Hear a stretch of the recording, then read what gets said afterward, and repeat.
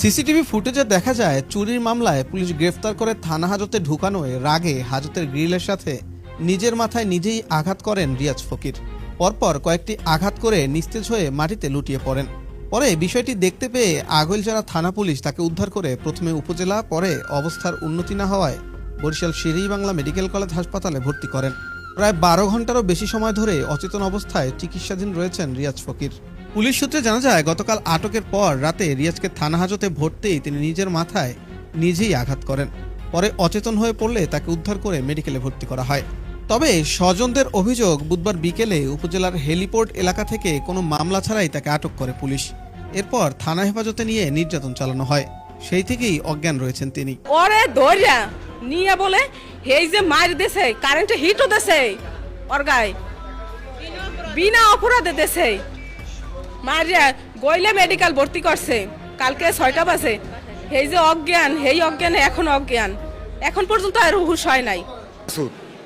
মাসুদ্দারও কথা হচ্ছে, তা হের দ্বারা আমার লইয়ে গেছে একজন কনস্টেবল, এবার সেন্টিতে ছিল নিয়ে আরে জিজ্ঞাসি যে স্যার ওর ধরছেন কা, কয় ও মাদক খায়, হ্যাঁ চুরিচা মাড়ি করে। আমি কেউ চুরিচা মাড়ি করে না, ও সময়তে মাদক খায়।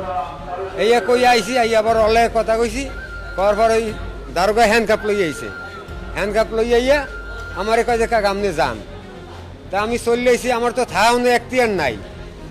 এরপরে হ্যান্ডকাপ লাগাইয়া পায়ে হাতে আরে বিদুম মার দিছে, মার দিয়া রাত্রিরে লই আইছে হাসপাতাল।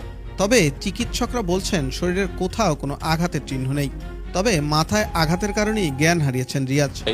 কিন্তু উনি তো এখনো অজ্ঞান অবস্থায় আছে। ওনার অজ্ঞানের কারণটা কি কারণে অজ্ঞান, অন্য কোনো কারণ আছে কিনা, ওই জন্য আমরা আলাদা কিছু পরীক্ষা পরীক্ষার রিপোর্টের জন্য আমরা অপেক্ষা করছি।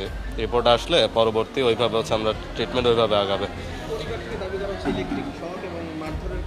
ইলেকট্রিক শকে আপনার চামড়ায় কিছু থাকে, চিহ্ন থাকে, ওরকম কোনো চিহ্ন পাওয়া যায় না।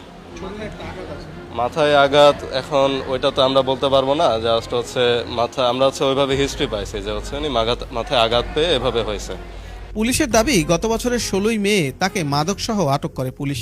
সেই মামলায় তার বিরুদ্ধে ওয়ারেন্ট জারি করা হয়। গ্রেফতারের পর থানা হাজতের ভিতরে নিজের ক্ষতি করার চেষ্টা করেন তিনি। ওই যে আগে তার 3টা মামলা আছে, পুলিশের হ্যান্ডকাপ আছে, তার বিরুদ্ধে মাদকের মামলা আছে, তার বিরুদ্ধে মারামারি মামলা আছে, সব মামলা আছে।